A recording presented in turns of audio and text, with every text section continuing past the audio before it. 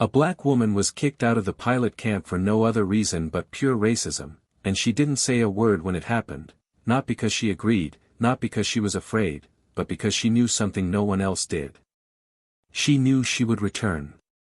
She knew they would all watch. It happened at a private military training camp in Nevada, a place where precision, discipline, and ego collided in hangars full of testosterone and entitlement. This wasn't a space for mistakes, and certainly not a space where a black woman could exist without being questioned. She had walked into the camp early that morning, full flight credentials, license, military background, and hundreds of flight hours under her belt, only to be greeted by narrowed eyes and crooked smirks.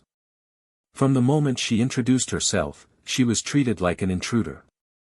One of the instructors, a white man with 3 times the arrogance and half the experience, leaned back in his folding chair, looked her up and down, and muttered loud enough for the group to hear, "We don't need affirmative action in the air.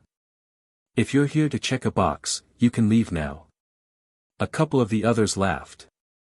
Not because it was funny, but because they felt safe doing it. Because in that hangar, his word was law. Her silence, in their minds, was weakness. She presented her documents. Every hour logged, every certification earned. But they barely glanced at it. "You can take your paperwork and file it somewhere else," he said, flicking the folder off the table. "We need real pilots here. Not PR moves." When she bent down to pick up her credentials, another trainee kicked her flight gloves toward the hangar exit. "You dropped these, pilot," he said, lacing the last word with venom. She picked them up. She stood. She looked each one of them in the eye. And she walked out. They laughed behind her back, loud and unfiltered. But she didn't flinch. She didn't run. She didn't cry. Not then. Because walking away wasn't surrender. It was strategy. That same day, the camp was preparing for a flight demonstration, a highly anticipated event where a specially designated pilot would maneuver an advanced fighter jet in a series of precision tests. It was all top secret. No one knew which aircraft would be used. Rumors said it might be an older F-16. Others whispered it would be a drone. But as the time ticked closer to the demonstration, the airbase buzzed with suppressed excitement. They were expecting a spectacle. What they weren't expecting was the roar that thundered through the sky at 2:14 p.m. Every head turned. Every conversation halted. And when the unmistakable silhouette of the F-22 Raptor emerged from the clouds, sleek, fast, deadly, the entire camp froze. Even the instructors stared with disbelief. An F-22.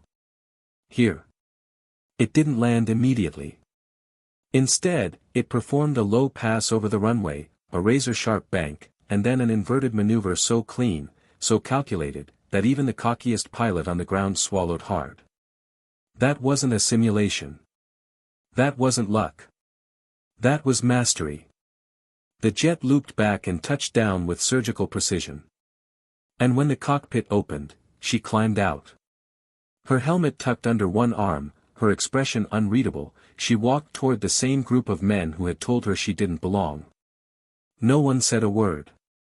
No one moved. The silence was heavier than the roar of the engines had been. Some looked down at their boots.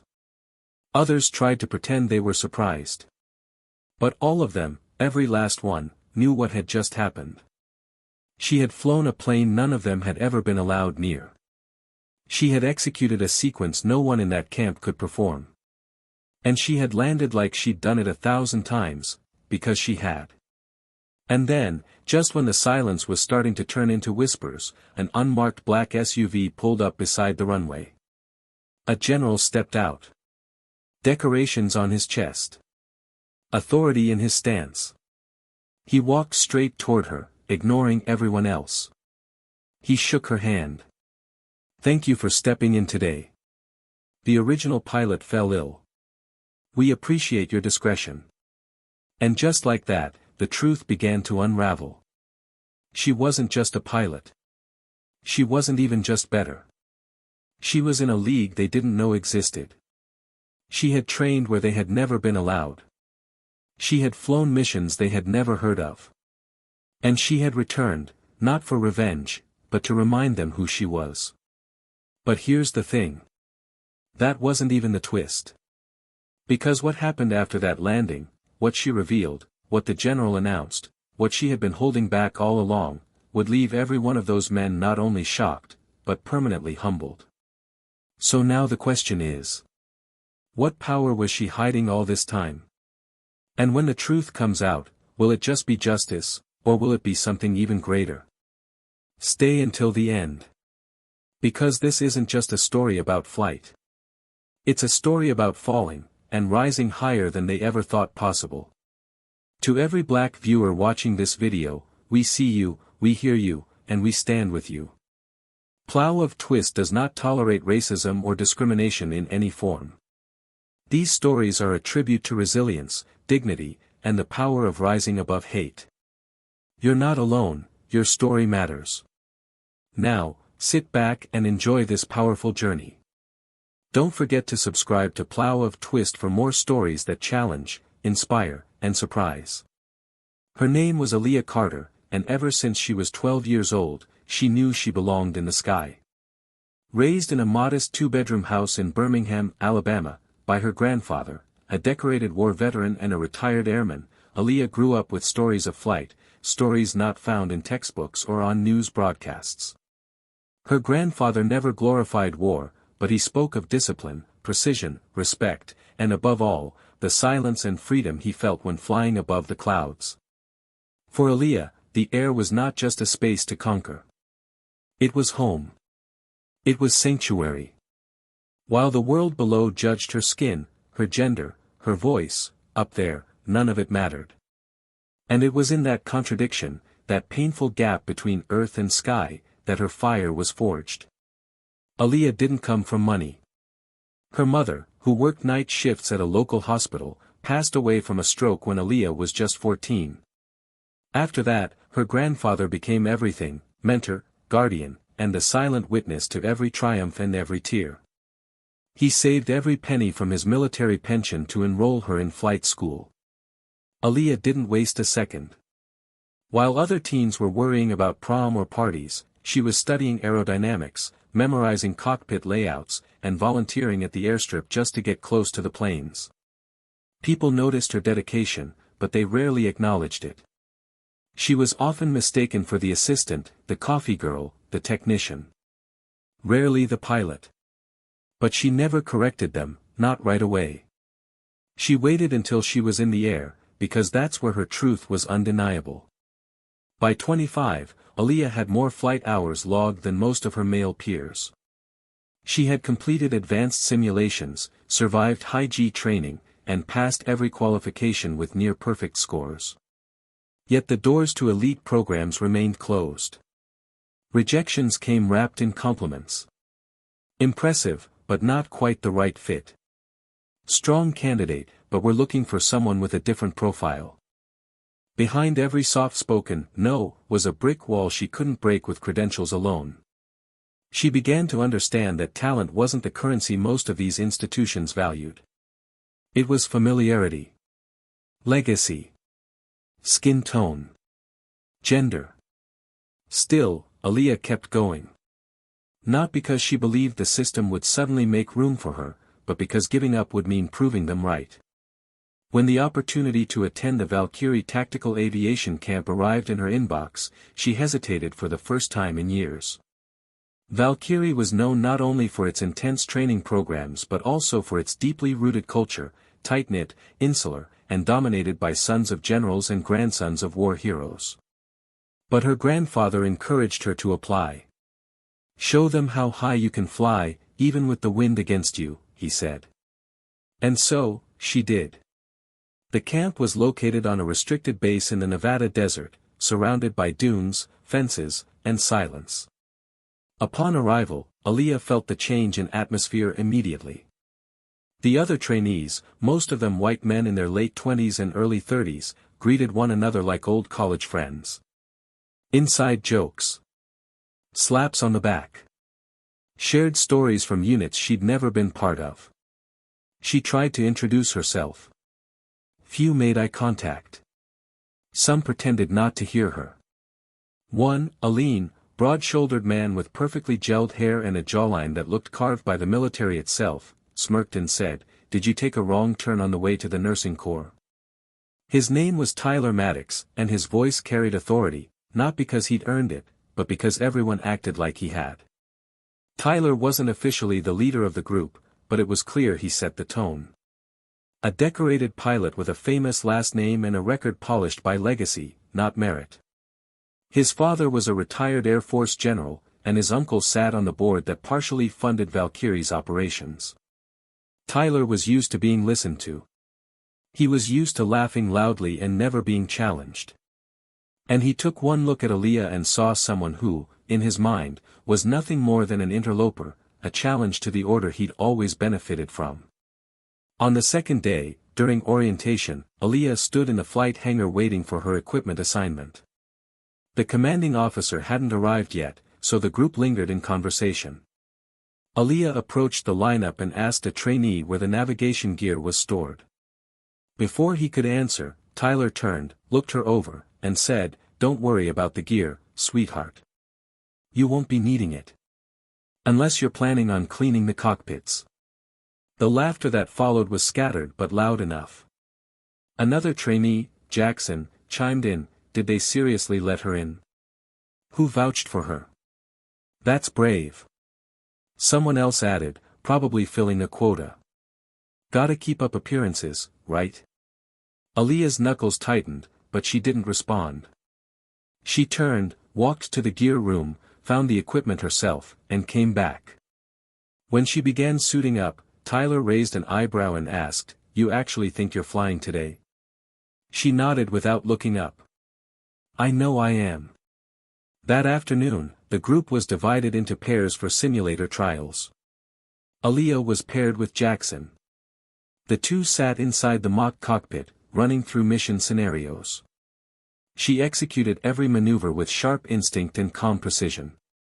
Jackson, rattled by how quickly she handled the controls, grew defensive. "You trying to show off?" he muttered. "I'm trying to pass," she replied evenly. Later, he reported to the instructor that she'd hijacked the simulator and refused to follow team protocol. No one asked her side. By the third day, the tension had turned into isolation. At meals, no one sat beside her. During drills, partners were conveniently assigned to others. When her name was read during the morning briefing, it was often followed by an awkward pause, as if it didn't belong on the list. She endured it in silence. Not because she lacked the words, but because she was listening. Watching. Calculating. On the fourth day, as the group prepared for their first live flight trial, Aaliyah's name was suddenly removed from the roster. No explanation. She approached the instructor, a tall man named Sergeant Bennett, who avoided her eyes as he said, "We had to make some last-minute adjustments. Not enough aircraft today. You'll sit this one out." But she counted 5 jets. There were 5 jets and 10 pilots. That meant everyone had a partner. Everyone except her. "I logged the same hours as them. I passed the sim with the highest score. Why am I not flying?" she asked. Bennett sighed. "This isn't about scores. Sometimes it's about cohesion. Compatibility. Trust." He said the last word slowly, letting it sting. Aaliyah stepped back, heart pounding. She wasn't just being excluded. She was being erased. Later that evening, she walked past the hangar and overheard Tyler and Bennett in quiet conversation. "She's good, I'll give her that," Bennett admitted. "But she makes the others nervous. We're not here to start fires." Tyler laughed. "Send her back to the civvies. Let her teach at a flight school or something. This place isn't for charity cases." The next morning, her badge didn't scan at the entrance gate. She was officially out. Her flight gear was gone. Her name removed from the roll. No explanation. No report. No chance to appeal. She stood outside the fence, staring at the base that had welcomed her with a smirk and kicked her out with a shrug. Her chest was heavy, her mouth dry, but her mind was clear. They thought they had silenced her. They thought she was done. But they didn't know about the call she'd received the night before. They didn't know that 20 miles away, a mission had opened up. And they didn't know that the pilot requested by name was her. They would know. Soon. But not yet. The day after her badge failed to scan, Aaliyah didn't go home. She didn't call her grandfather. She didn't cry. She drove out into the desert, the sun cutting sharp across the horizon, and pulled into a small hangar 20 miles from Valkyrie, a place she knew well but had never needed, until now. It was a backup base, less formal, often used for test flights and special assignments away from the public eye. A place where credentials mattered more than connections, where the jet didn't care what your skin looked like or how familiar your last name was. She approached the gate, handed over her alternate clearance, and waited. The guard scanned the code. A green light flickered. She was in. Inside the hangar, the air was cooler, quieter. Technicians moved with purpose, not attitude. No one looked twice at her. No one asked what she was doing there. They didn't have to. She walked directly to the command center, where a man in a sharp navy uniform stood, headset in one ear, eyes on the screens. Colonel Reyes. He'd flown with her once, years ago, and remembered exactly what she could do. He didn't shake her hand. He simply nodded and said, "You ready?" She answered with a steady, "I was born ready." He briefed her on the mission, short-range recon with simulated evasion drills, nothing overly complex, but crucial for testing one of their newer aircraft's flight systems. They needed a pilot who could handle unpredictability, maneuver with instinct, and adapt on the fly. "You're the only one I trust not to break it," he added with a small grin. She suited up. Meanwhile, back at Valkyrie, the mood had shifted. The camp had been selected to host a surprise demonstration flight for several high-ranking officials, senators, military funders, and private investors. It was a last-minute announcement, and everyone was on edge. The camp director barked orders, the trainees were instructed to fall into formation, and all flight drills were suspended until the VIPs arrived. The excitement buzzed through the base like electricity. For men like Tyler Maddox, this was the kind of day that could launch a career into the stratosphere. Tyler pulled Bennett aside near the observation tower. "You know I've got the most hours in the sim. You put me up there, and I guarantee you they'll be asking for my name in DC, he said, puffing his chest with quiet confidence. Bennett, however, looked uneasy. "The pilot's already been assigned," he muttered. Tyler narrowed his eyes. "Assigned? To who?" But Bennett didn't answer. He just walked away. Aaliyah climbed into the cockpit of the F-22 with a calm that bordered on eerie. Every button, every switch was familiar. The jet wasn't foreign, it was an extension of her. As the engines roared to life, she closed her eyes for a moment and let the vibrations sink into her bones. She knew where she was going. She knew what was about to happen. But they didn't. Not yet. As the jet lifted from the tarmac and sliced into the air, the crew on the ground watched in awe. A few looked down at the flight ID, then back at the jet, confused. No name had been entered into the system. Just a clearance code, one with high-level access, but no face attached. Some assumed it was a test. Others thought it was a drone. But when the jet dipped low and turned in a maneuver too fluid for automation, whispers began. At Valkyrie, the officials had arrived. A red carpet was rolled out across the sand. Flags fluttered. Trainees lined up in perfect rows, chins high, backs straight. Tyler adjusted his flight suit even though he wouldn't be flying. He still wanted to look the part. From a distance, the sound hit them before the sight. A deep rumble, sharper than anything they'd heard in training. Eyes turned skyward. A shadow cut across the desert. Sleek, dark, silent until it was almost overhead. The F-22 tore across the sky like a blade, then flipped into a barrel roll and sliced back toward the runway with surgical precision. Gasps rippled through the crowd. One of the officials leaned toward Bennett and asked, "Who's flying that?" Bennett swallowed hard. Inside the cockpit, Aaliyah heard the control tower feeding her coordinates. She acknowledged with clipped responses, each word clear, direct. There was no room for nerves. No space for doubt. Every movement she made was deliberate, every dip of the nose and tilt of the wing calculated not just for performance, but for effect.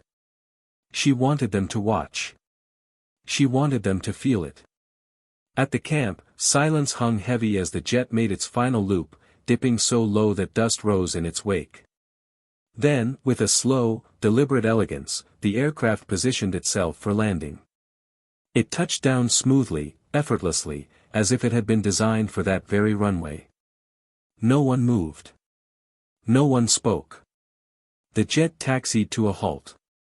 Tyler's jaw clenched. "No way," he muttered. His voice was barely audible.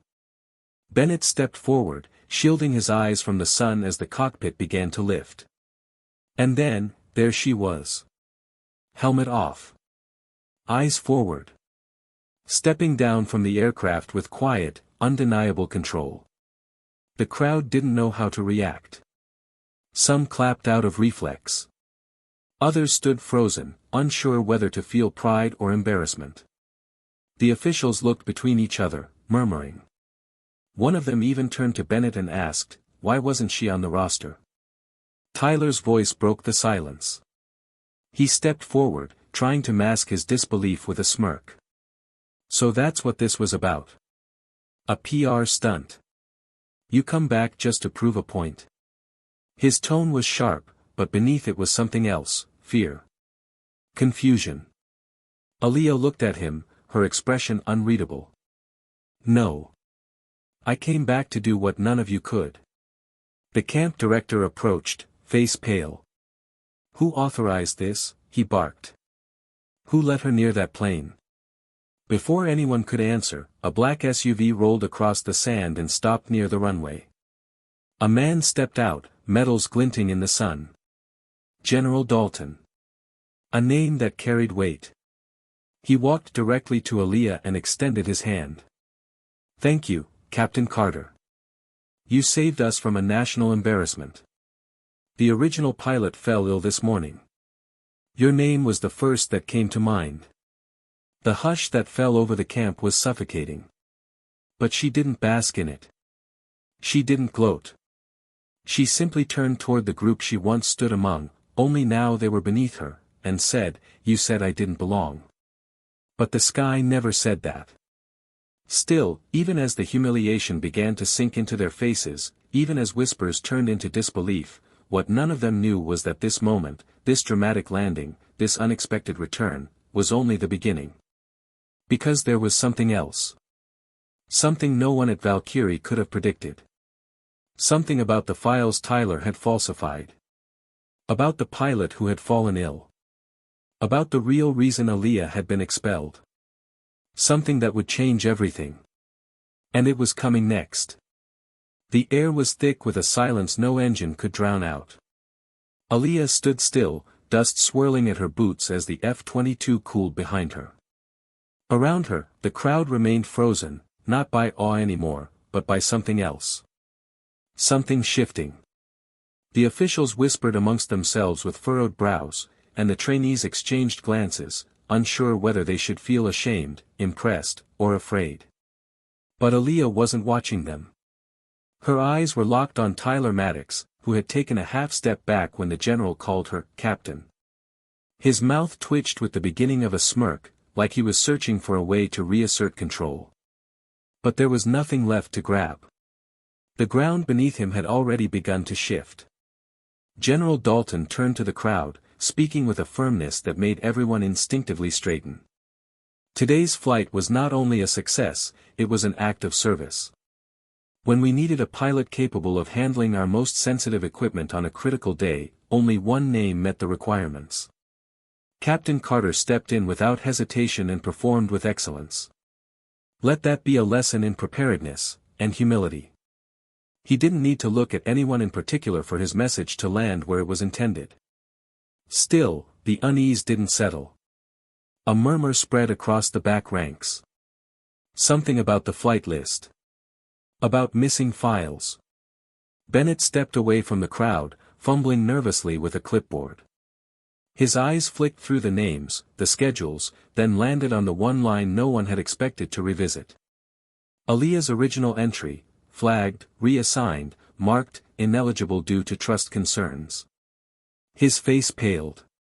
He looked up at Tyler, who was already watching him, jaw tight. The unease in Bennett's eyes wasn't just guilt, it was realization. It didn't take long. One of the officials, a short woman with silver hair and a sharp voice, approached the camp director and said, "We'd like to review the pilot logs and trainee records for the last 10 days. Including access permissions."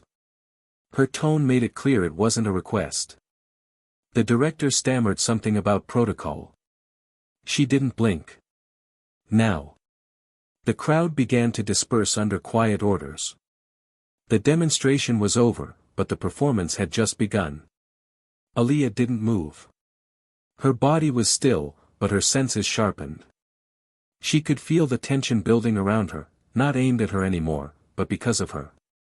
Eyes that once ignored her were now following every breath she took. Inside the operations tent, the audit began. Bennett hovered behind a civilian analyst as she typed quickly through access logs. Each keystroke was another layer peeled back. Every log timestamp, every clearance override, every entry deletion, visible now. The screen lit up with lines of code and system notes. And there it was. Aaliyah Carter, status, cleared reassigned by, Tyler Maddox reason, internal conflict risk authorized by, Bennett. The analyst stopped typing. A sharp breath left her lips. "You reassigned her?" she asked, but the tone was flat. She already knew the answer. Bennett said nothing. The official leaned in and read the screen, her voice steady but icy. "You falsified her status. She was approved, cleared, and enrolled, and you removed her. Without protocol. Based on, what, a feeling." Bennett swallowed hard. It was a judgment call. She stared at him. It was discrimination. That's not judgment. That's liability. Tyler barged in, arms crossed, voice loud. "Let's not turn this into something it's not. We were maintaining cohesion. You can't just drop someone into this kind of environment without vetting how the team responds." She wasn't a good fit, plain and simple. Aaliyah stepped into the tent, her presence sharp enough to draw every eye. Her voice came calm but full of steel. "Not a good fit, or not like you." She walked closer to the table, her boots clicking against the floor. "You saw my name, you saw my face, and you decided I didn't deserve to be there. You didn't even give me a chance to prove it. You took that from me before I had the chance to speak." Tyler shrugged, trying to keep the arrogance in his voice, but it trembled. "It wasn't personal. This place isn't for everyone." Aaliyah looked at him with something close to pity. "You're right. It's not. It's not for liars. It's not for people who hide behind last names and favoritism while pretending it's about skill. You knew I could outfly you. That's why you buried me." She turned to Bennett, who couldn't meet her eyes. "And you let him. You had a choice, and you chose silence." The official turned to the general. "Sir, we'll need a full review of internal decisions made at Valkyrie in the last year. There may be others." General Dalton nodded, then looked at Aaliyah. "You want to make a statement, Captain?" She didn't hesitate. "I do." The general stepped aside, giving her the floor. Aaliyah looked out at the trainees, many of whom had stood by in silence, who had laughed, who had looked away. Her voice carried. I didn't come back to prove I belonged. I always knew I did. I came back so the next woman like me doesn't have to walk out the gate in silence. I came back so the next time someone thinks about rewriting a name off a list, they remember this moment. And maybe hesitate. A silence followed. But it was different now. It wasn't filled with resistance or denial. It was the kind that comes after something undeniable has cracked through the surface. The kind of silence that comes when truth lands louder than pride. Outside the tent, Tyler stood alone, watching as word spread, as people began whispering. His foundation was crumbling beneath his feet. The name he had carried like armor now felt like an anchor. He didn't know it yet, but by the next morning, his reassignment papers would be sitting on his bunk.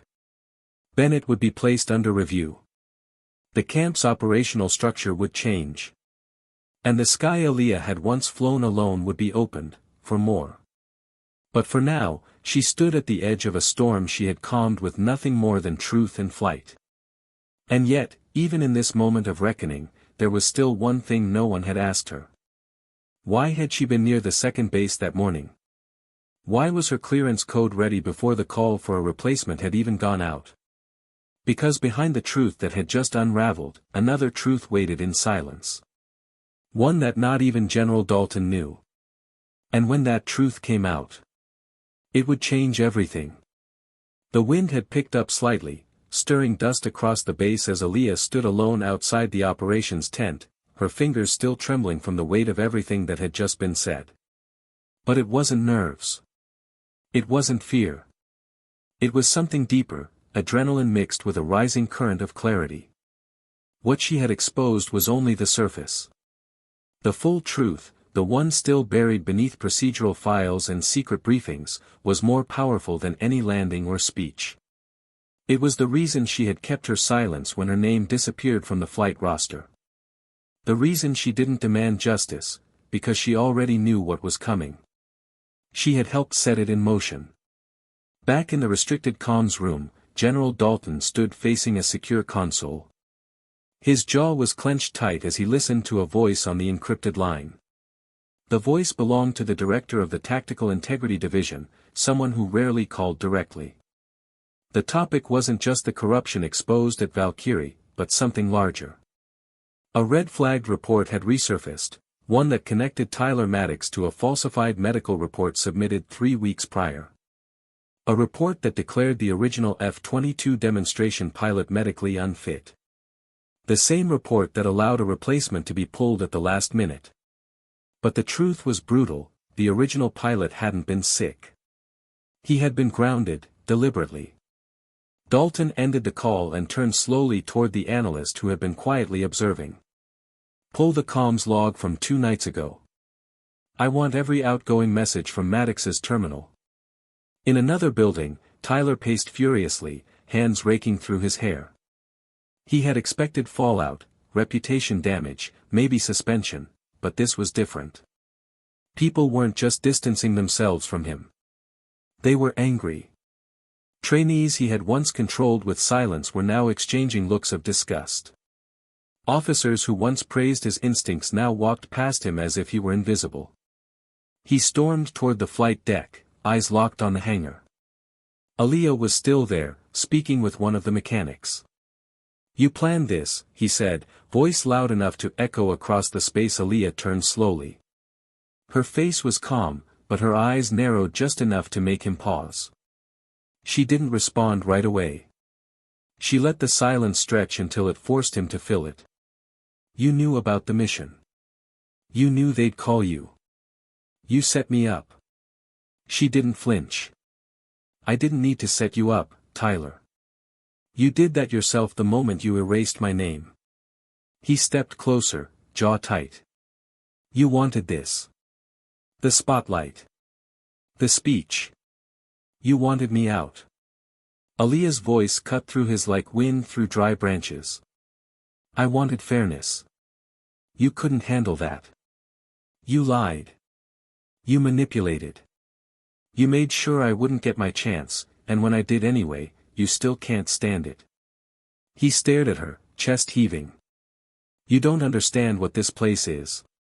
You come in here acting like it's supposed to be fair, like credentials are all that matter. That's not how it works. She took a step forward, her voice sharper now. No, you're right. That's not how it works, for people like you. You inherit respect. You walk into rooms already believed. But I have to prove myself before I'm even allowed to speak. Every day. And still, I flew circles around you. Tyler's laugh was hollow. You think they'll keep you? After all this? You embarrassed this program. She leaned in slightly, lowering her voice but sharpening every syllable. I didn't embarrass the program. I exposed it. That's the difference. Across the airstrip, the digital board on the briefing wall lit up. A new notification appeared, mandatory audit scheduled. It included Tyler's name. And Bennett's. And a list of trainees whose records would be examined for patterns of bias. But that wasn't what made Tyler freeze. It was the line beneath it. Lead advisory consultant, Captain A. Carter. The blood drained from his face. The truth settled like dust in the wind. Not only had Aaliyah returned. She had been working with the Tactical Integrity Division for weeks prior to her arrival. The moment her application was blocked, a red flag was triggered in the database. She had known. She had seen it happen in real time.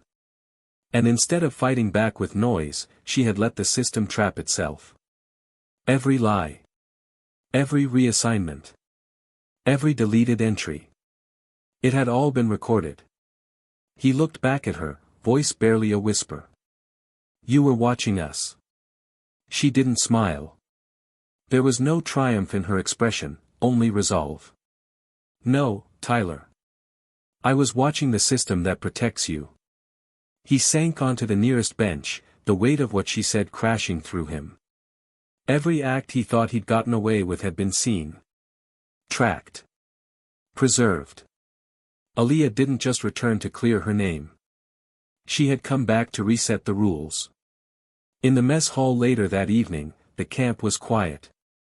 The laughter and shouting that once filled the space had vanished. The trainees sat in small groups, some whispering, others staring blankly at their food. The energy had shifted. It wasn't fear. It was reckoning.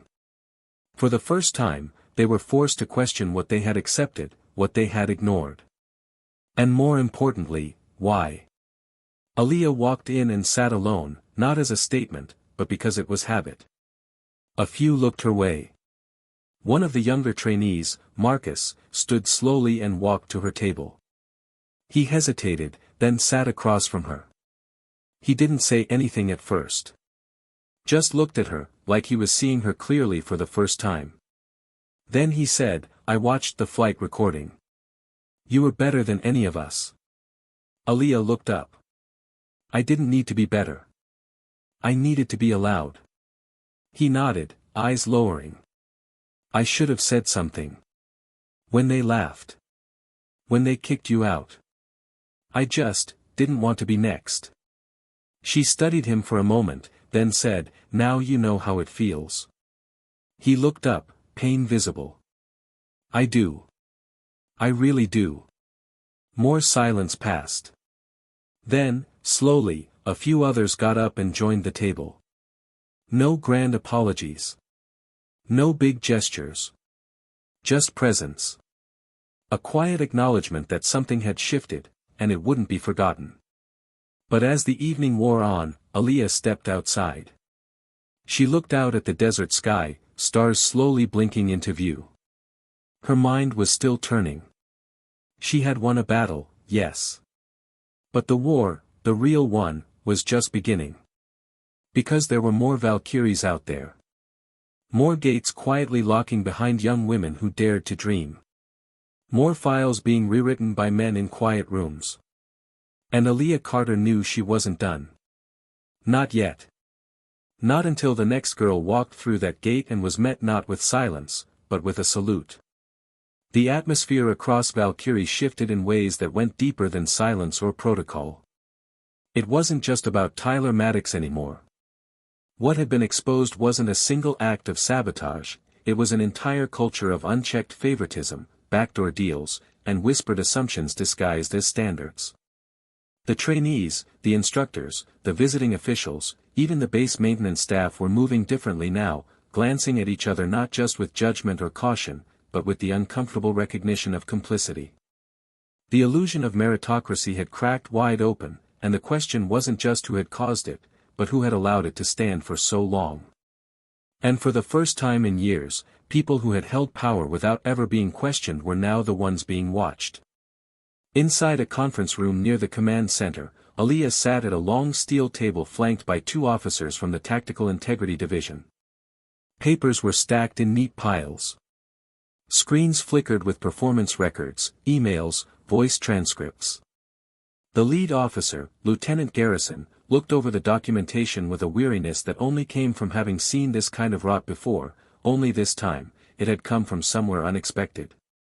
Garrison had personally overseen investigations at larger bases, in programs with decades of political weight behind them, but there was something about Valkyrie that struck him harder.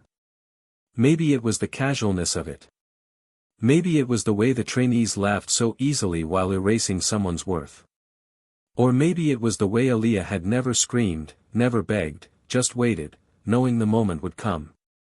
He looked at her now, expression unreadable. You could have gone public. You had everything you needed. Why wait? Aaliyah didn't hesitate. Because going public might have made noise. But this? She gestured toward the files. This rewrites policy. The officer nodded slowly, respect in his silence. Still, the investigation was far from over. What Aaliyah had triggered was a systemic review, not just of Valkyrie, but of several training camps and flight programs tied to similar reports. Her involvement wouldn't be brief. She was offered a temporary leave of active duty to serve as an advisory consultant during the review, with full clearance, and her findings would be submitted directly to the Department of Defense.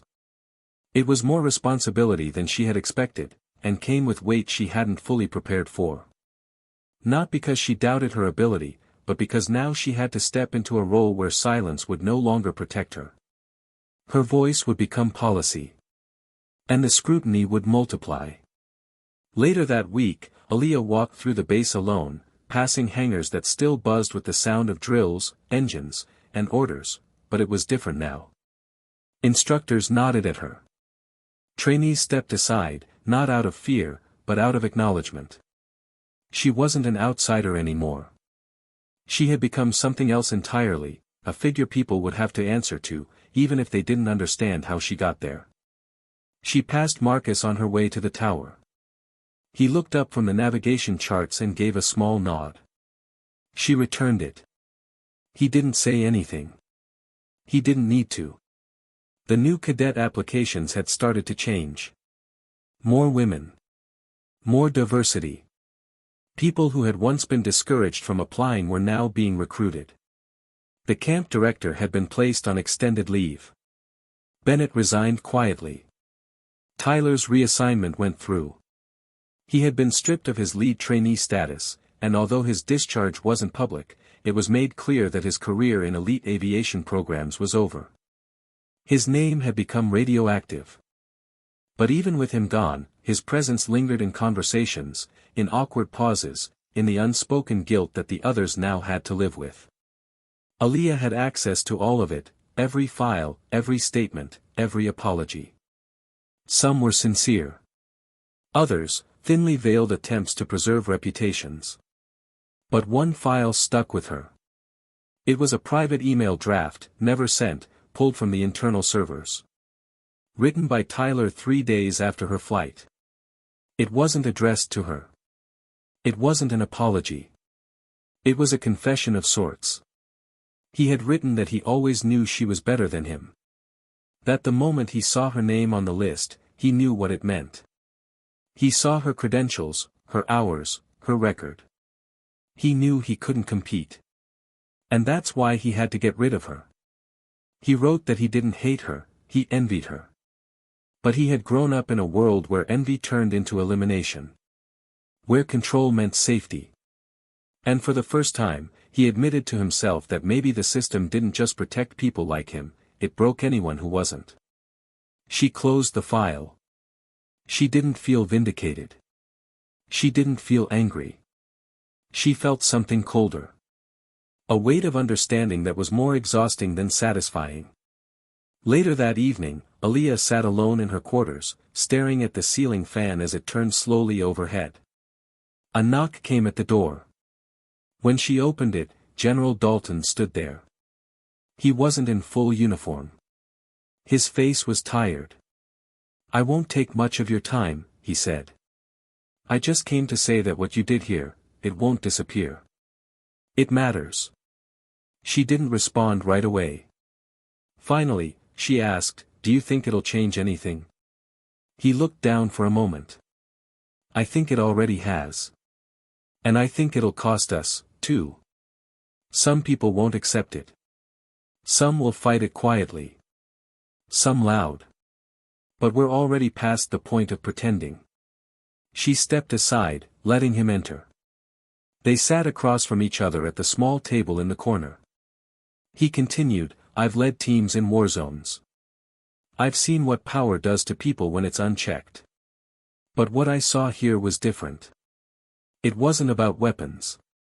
It was about access. Permission. Identity. And you handled it with more control than some of my best officers." Aaliyah met his gaze. "I didn't want to be in control. I just wanted to fly." He nodded slowly. "I know." The room was quiet again. Then he said, "There's a program in DC starting next year. Restructuring recruitment channels. Addressing disparities from the ground up. They want someone with real experience, someone who's lived it." She leaned back, processing. "That sounds political." "It is," he said. "But it's also necessary. And whether you like it or not, people are listening to you now." She sighed. "I never wanted to be a symbol." He smiled faintly. "Symbols don't get to choose." After he left, Aaliyah sat in the stillness. The night outside was quiet, broken only by the distant sound of jet engines. She didn't know yet what she would decide. DC was a long way from the cockpit. But part of her knew that if she didn't step into that space, someone else would, someone who didn't know what it meant to be shut out, to be rewritten, to be invisible. The sky had always been her language. But now, her words had become weapons. And she had to decide how to use them. Because the story wasn't over. Not yet. The next morning, the sky above Valkyrie was a pale wash of blue, quiet and still, the kind of sky that carried an eerie calm after a storm had passed.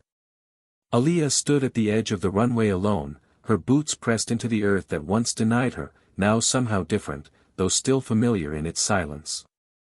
She watched two jets rise slowly into the air, trailing clean white lines across the sky, their engines rumbling in the distance. Part of her longed to be up there again, in the cockpit, surrounded by nothing but altitude and instinct. But she remained grounded, physically and emotionally. Something heavier than gravity held her down, not regret, not fear, but the slow, dawning realization that flight wasn't her fight anymore. Not in the way it used to be. It had once been her escape. Now it had become her weapon. And weapons came with responsibility. Inside the strategy room, updates from the investigation were still coming in. 3 other training bases across the country had been flagged for review after Aaliyah's report triggered internal systems to compare performance stats, enrollment data, and unexplained expulsions. There was a pattern, a clear one, and for the first time in years, oversight was finally being enforced at the highest level. But for every breakthrough came backlash. Quiet protests disguised as skepticism. Whispered resentment from instructors who had spent their careers in the safety of unchecked authority. Some tried to frame it as overreach. Others as political interference. But no one could ignore that the change had been set in motion, and that Aaliyah Carter had become its catalyst. Back in her quarters, she sat by the window, watching the sunlight stretch across the hangar rooftops. A gentle knock broke the stillness. She opened the door to find Marcus again, his hands tucked into his jacket pockets, his eyes uncertain. "I'm not here to talk about what happened," he said before she could speak. "I just needed to ask you something."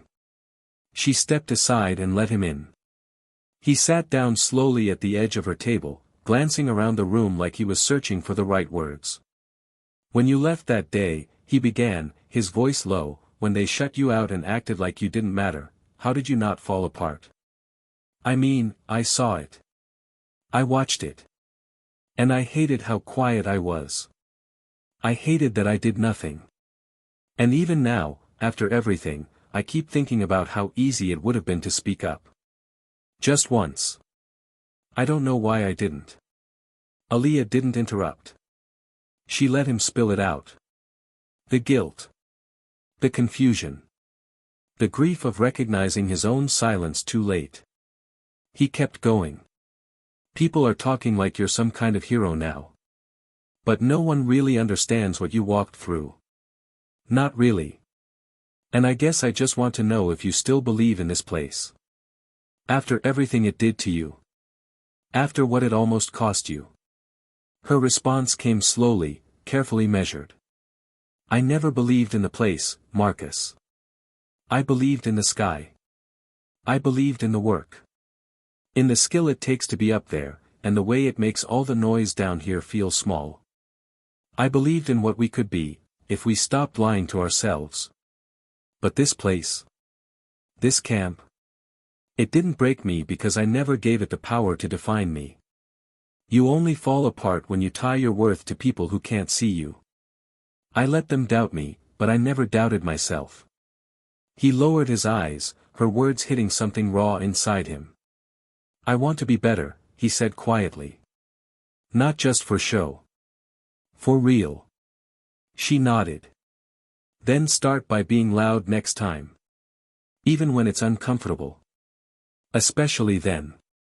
He stood, offering a small smile that didn't reach his eyes. "Thank you. For not letting this place make you smaller." She didn't say anything, just watched him go, knowing there were hundreds of others just like him, standing at the edge of awakening, unsure whether to jump or keep pretending. That afternoon, she met with Lieutenant Garrison again. This time, it was about DC. The advisory role was formalized. Meetings were being scheduled. She would be flown in next week to begin the onboarding. But as they reviewed the details, he paused and leaned forward. "There's one thing you need to know," he said, his tone shifting. "There's pressure from the top to make this transition smooth. Quiet. No headlines. They're grateful for your work, but they want it done clean. Controlled. Understand?" She met his gaze evenly. "Are you asking me to stay quiet again? After all this?" He shook his head. "No. I'm asking if you're ready for what comes next. This fight doesn't get easier from here. It just changes shape. In DC, they won't laugh in your face. They'll smile while they block you. They'll call you brilliant and then get your proposals in the same meeting. This isn't the end of the war, Aaliyah. It's just the part where they stop showing their teeth." She exhaled deeply, absorbing the weight of that truth. "I'm not going there to be liked," she said. "I'm going there to break the system that told me I didn't belong." He smiled, faint but proud. "Then you're ready." As night fell, Aaliyah walked one last time along the outer perimeter of the camp. The lights from the tower blinked steadily, casting long shadows across the sand. In the distance, jets whispered across the sky like old friends calling her name. But she didn't chase them. She had chased for too long. Now, they would have to come to her. At the edge of the runway, she saw someone standing alone. It was Tyler. No uniform. No posture of arrogance. Just a man stripped of the lies he once wore like armor. He turned as she approached, his face pale, almost hollow. "I wanted to say something," he said, his voice fragile, unfamiliar. "But I know it probably doesn't mean anything anymore. She stopped a few feet from him, arms crossed. "I read your draft," she said quietly. "The one you never sent." He looked away, ashamed. "I didn't have the guts to say it to your face." "You didn't need to," she replied. The silence was loud enough. He nodded slowly, then looked at her again. "Do you think there's any redemption left for someone like me?" She paused. The night was quiet around them, the weight of that question suspended in the space between them. "That depends," she finally said. "On whether you want redemption, or just relief from guilt." He looked down, and for the first time since she had met him, he didn't have an answer. She left him there, not out of cruelty, but because some answers can't be handed over, they have to be earned in silence, in action, in years of choosing differently. And as she walked back toward the lights of the base, she didn't feel heavy anymore. She felt ready. Ready to leave this chapter behind. Because what waited next wasn't just a job or a title. It was justice. One policy at a time. And it was hers to write. The morning she was scheduled to leave Valkyrie, the base was unusually quiet. The kind of quiet that wasn't about silence, but reflection. Conversations were subdued, glances lingered longer than usual, and people moved with an awareness that hadn't existed a week ago. The walls seemed to hold the weight of what had happened, of what had been revealed, and what could no longer be denied. Aaliyah stepped out of her quarters, duffel over her shoulder, wearing the uniform that had once made her invisible, now impossible to ignore. Her steps were steady, her eyes focused, but her mind was a storm of memory and anticipation. Ahead of her was the next battlefield, not of jets and cockpits, but of conference tables, white papers, and bureaucratic resistance. Behind her was the place that tried to bury her. And failed. As she crossed the main courtyard, she spotted a familiar face waiting by the transport jeep, General Dalton. He wasn't there for ceremony. He was just there. A quiet presence. As she approached, he gave her a nod, one that said more than words ever could. Still, he spoke. "You made this place face itself," he said, voice low. "That's more than I ever managed to do." She looked at him, her expression firm. "You did what you could. Until someone came along who reminded you what more looked like." He didn't argue. He just nodded again. Then after a pause, he added, "I was part of the silence, Aaliyah. I didn't stop it. I saw the signs, and I told myself it wasn't my fight. But I knew better. I want you to know, I carry that."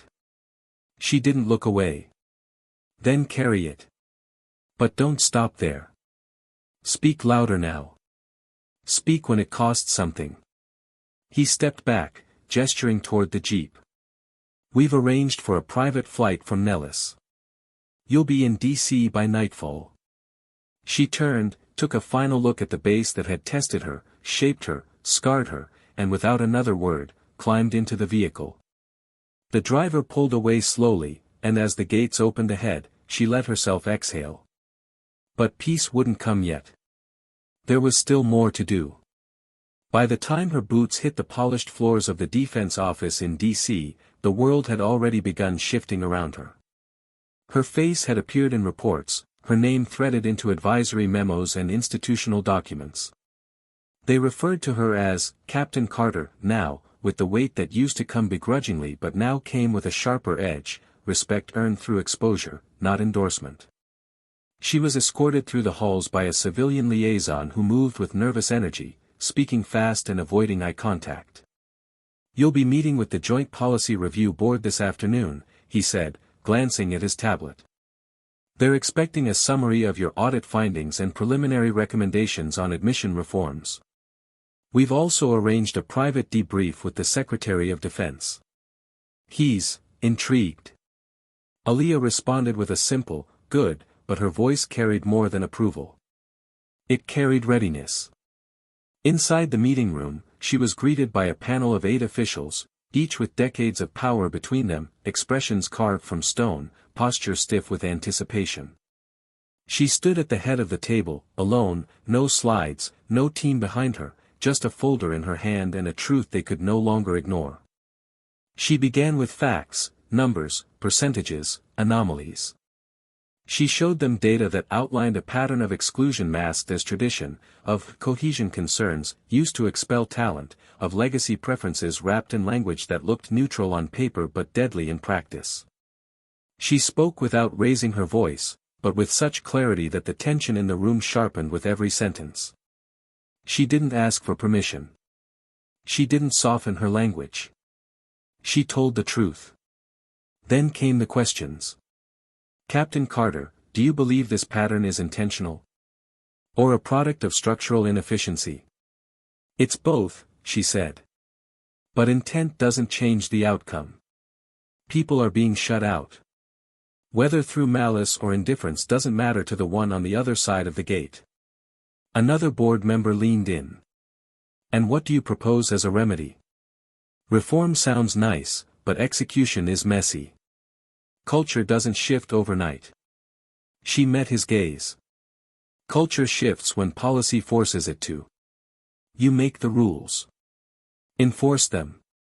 Tie funding to diversity compliance. Create blind review panels. Stop allowing fit to be a euphemism for whiteness. The room grew still. They weren't used to that kind of directness. But they didn't challenge it. The Secretary of Defense arrived mid-meeting. Tall, composed, politically trained in his every gesture. He listened. Then, when the room had finished cycling through its discomfort, he addressed her. You've raised valid concerns. We're considering forming a long-term task force to handle these reforms. Would you consider chairing it? Aaliyah's reply was immediate. Only if I can bring my own team. He raised an eyebrow. You have someone in mind? Yes. People who were ignored. Silenced. Passed over. I don't want polished resumes. I want truth-tellers. He smiled, small and calculated. You'll ruffle feathers. She didn't blink. Good. As the room cleared, she lingered by the window, looking out over the city. The buildings, the power, the illusion of control layered over decades of selective history. Behind her, the secretary spoke again, softer this time. You understand what this means, right? You're no longer just a pilot. You're a symbol now. And symbols are targets. She turned slightly. I'm not afraid of being a target. I'm afraid of being tolerated. I want impact, not applause. He nodded. Then let's get to work. Over the next few weeks, she began assembling a team, diverse not just in background, but in experience. Veterans who had been quietly pushed into desk jobs. Cadets who had left programs due to discrimination. Analysts who had spent years documenting systemic exclusion with no one to listen. She didn't just recruit skill, she recruited story. And from those stories, policy was written. In one of the first planning sessions, a young black woman named Eliana, a former air traffic controller who had been forced out after reporting harassment, broke down in tears after sharing her experience. I thought I was crazy, she whispered. Everyone made me feel like I was overreacting. Like I was the problem. Aaliyah walked over, placed a hand on her shoulder, and said, You were never the problem. They were just never ready for your clarity. Across the table, others nodded. Something new was forming. Not just reform, but revolution. Quiet. Strategic. Relentless. Still, the challenges came. Articles appeared in fringe media outlets calling her divisive. Anonymous letters arrived accusing her of undermining tradition. Rumors circulated about her being difficult to work with. But she never flinched. Because she'd already flown through worse storms. One afternoon, while reviewing admissions language for the revised pilot program, she found a line that made her pause. A clause that still allowed instructors to remove a trainee for disrupting cohesion. She highlighted it, crossed it out, and wrote in the margin, "Define disruption. Or don't allow it to be weaponized." Later that week, Marcus reached out. He was still at Valkyrie, but things had changed. He was helping restructure the mentorship tracks and had started leading sessions on unconscious bias. In his message, he wrote, "You changed everything. But more importantly, you showed us that we can too." She smiled at the screen. Not because of pride, but because of possibility. The base that once rejected her was now a blueprint. And the sky that once offered her escape had become her platform. But her mission wasn't flight anymore. It was freedom. And she was far from finished. By the end of the year, the Department of Defense unveiled a new national policy framework that completely reshaped how pilot recruitment and advancement would operate in military programs across the country. The old gatekeeping language, vague clauses that masked bias under professionalism, had been stripped away, replaced with criteria rooted in transparency, measurable competence, and enforced accountability. Aaliyah Carter's signature was at the bottom of every reform package. It wasn't symbolic. It was legal. It was history. And it was permanent. At Valkyrie, what once had been a fortress of arrogance and inherited privilege slowly became a symbol of transformation. The old culture couldn't survive the light that had been cast on it. New instructors were brought in, many of them veterans who had left quietly after facing discrimination, now welcomed back with intention. Training modules were redesigned, mentorship programs were expanded, and most importantly, the silence had been broken. Not just for show, but in the way people began to hold one another accountable, not out of fear, but responsibility. Those who had mocked, who had stood by, who had whispered behind backs, many had left, and those who remained had to face a truth they could no longer bury. Among them, Marcus had risen into a leadership role. His once quiet presence had matured into action. He became a guide for new cadets, not preaching guilt, but showing growth. In a training session, when asked why he stayed, he simply said, "Because staying is the only way to fix what I helped break." Tyler Maddox, whose name had once carried influence, now found doors closed with polite apologies and distant eyes. No dishonorable discharge, no dramatic headlines, just a long, slow fade into irrelevance. His attempts to transfer into civilian aviation programs were quietly denied. Companies reviewed his record and decided he brought too much risk. Too much exposure. He relocated to a small town outside Colorado, taking on freelance work in logistics, trying to convince himself that the past didn't define him. But the truth lived with him now. Every day. The mirror reflected not just the man he became, but the one he chose to be when it mattered most. His story didn't end in redemption. It ended in consequence. And Aaliyah? She never stopped. After chairing the task force and overseeing the first phase of implementation, she accepted a civilian leadership role within a newly formed Aviation Equity Division, working directly under the Office of Military Personnel Strategy. It was the highest position ever held by a black woman in that branch, and it was created because of her. She no longer had to fly to prove she could. Her impact was now grounded in change that touched every airbase, every application form, every simulator room where a girl who looked like her would one day sit and never question if she belonged. But on the anniversary of her flight at Valkyrie, she did return to the sky. Not as an act of nostalgia, but of celebration. The department coordinated a national aerial salute in her honor, and Aaliyah was given the lead position in a ceremonial formation of 5 jets, each piloted by women, each one selected from the first wave of cadets trained under the new system. The sky welcomed her back with the same open silence it always had. But this time, she flew not alone, but surrounded by a new generation that wouldn't have to fight the same battles just to be seen. When she landed, the applause from the gathered crowd wasn't deafening. It was steady. Genuine. Real. She didn't smile for cameras. She walked straight to the line of cadets waiting near the runway and looked each one in the eye. "You don't owe them proof," she told them. "You are the proof." As the sun began to set, painting the sky in burnt gold and amber, Aaliyah stood with her helmet under one arm, not as a figure to be admired, but as a reminder that dignity isn't given, it's reclaimed. Her story didn't end in revenge. It ended in rewriting the rules so others wouldn't have to survive what she did.